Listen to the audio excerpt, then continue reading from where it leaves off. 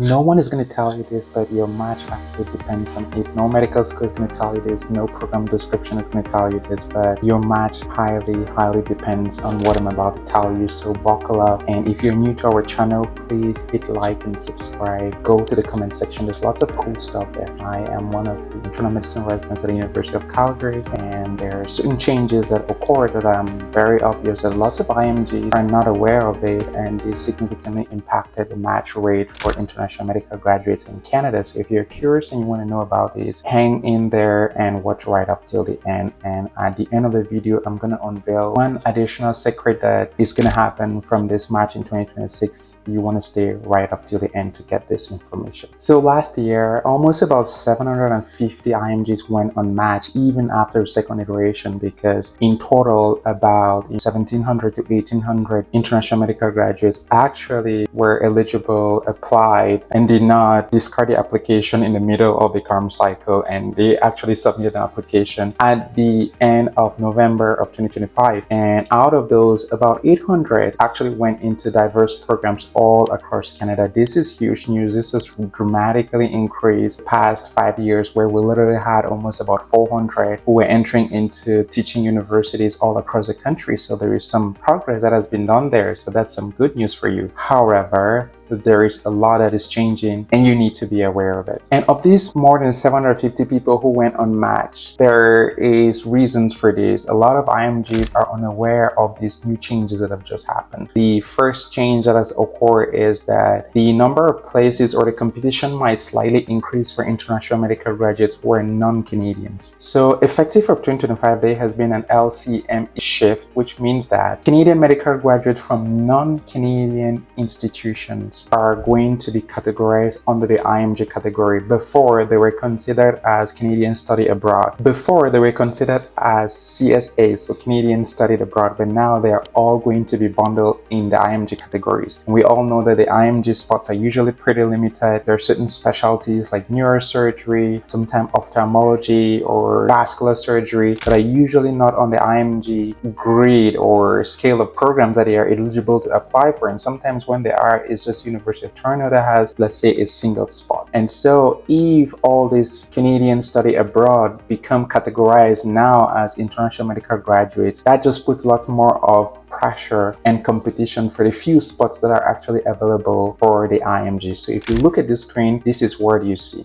This information has been published by the Association of Faculties of Medicine of Canada, and they have brought out this framework about changes to the LCME accreditation and impact on the learners. So the topic is changes to the LMCE accreditation and impacts on the learners. So everyone has to know this. All Canadian Study Abroad are now categorized under the category of international medical graduates according to the AFMC accreditation changes. And this just simply means for IMGs that a little more competition on the fewer spots that were there. And we know for sure that in certain provinces, they usually had a tendency, not outrightly spoken, but from the match result, we saw that they usually had a tendency of favoring Canadian Study Abroad. And so what does this mean now for the IMG stream or the IMG category? It means that the competition would just be fierce, would be more, but does it mean IMGs are not going to match? Of course not. It just means that you just have to work a little harder, try to show your best foot forward, and try to make your application actually stand out to show that you merit as opposed to a Canadian that has studied abroad. So that's the first point. The second point is that we have to remember that provinces like Alberta and BC and Quebec do have pre-screening programs. So Alberta, for instance, has the AIMG program, and it's a little more competitive and a little more selective again, because Alberta kind of like filters already. For you to be eligible to apply to Alberta, you have to have been a resident of the province for the past 6 months. Usually applications for AIMG open sometime in May of every year, which means that for you to be eligible, you have to have been a resident of Alberta from sometime around December or let's say late November of the previous year. And then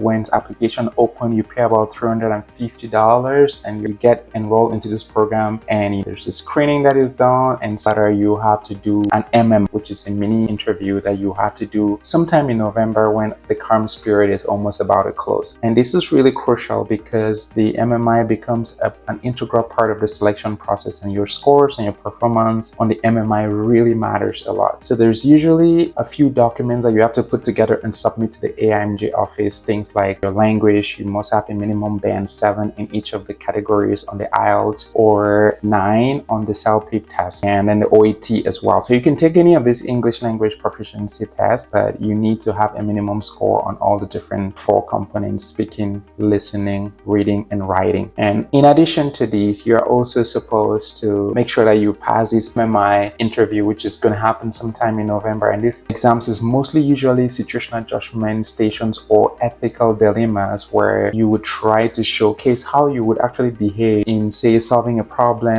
resolving a conflict, or proposing a solution to a difficulty in order to move the healthcare system forward. And so there's usually tons and tons of scenarios. We'll be seeing a few of them on this channel. If you want more, just go to our description box and check it out. You would find very cool stuff that can help you in terms of acing these different exams. So that's one thing. I remember that a few people reached out saying they were not aware they were residents of Alberta and they did miss the deadline. So as of the time of this recording, the deadline has passed already, but then there is the BC, which is going to open sometime, I think, in July or August. Keep your eye on that, because without the BC cap, you can't apply for any program in the entirety of British Columbia. It's the same thing for Quebec. Whether you want to apply for McGill or the 4 French universities, you would also have to go through this French accreditation pathway, where you would have to show that you're in good standing with, and your medical authority from your home country is supposed to send a letter of good standing to the College of Medicine of Quebec, and then you're supposed to pay about somewhere around $700 to $750 for this entire process. So you want to watch out for all these different things and the different deadlines, and for some of them you might need to show that you've either passed your NAC and your QE1, or you are waiting for the results. If it happens that you fail any of these exams, unfortunately you wouldn't be able to proceed in the application process, because the MCC QE1 and the NAC post-key exams are the prerequisite for you to be able to apply for the Canadian residency in March through the CaRMS. There you go. So the 3 main changes that I wanted to bring to your attention were: all Canadian study abroad are definitely going to be considered from 2025 as international medical graduates, and they're not going to be categorized again under the Canadian study abroad or CSA category. The number 2 is that Alberta has a specific and a unique timeline, as well as British Columbia, and so you have to watch out for those timelines. There's another prerequisite of things that you have to do in order to be eligible to apply for these provinces. So you want to apply for IMG and you want to apply for BC cap. So please check the links in the description box and go to their websites and gather the information and provide them with the necessary documentation that they're requesting. And then the third and the final thing that I wanted to talk about would be to shed more light a little bit on the MMIs, especially those for Alberta. They are now conducted virtually, so through a specific platform. It is not Zoom, and once the time approaches, they would give you information on how to register and be ready for this particular exam. So you watch out your emails during this time. Don't go to bed each day without checking your emails, because this is really important. If you've liked this information, please hit like and subscribe, and we'll see you in the next one. Peace.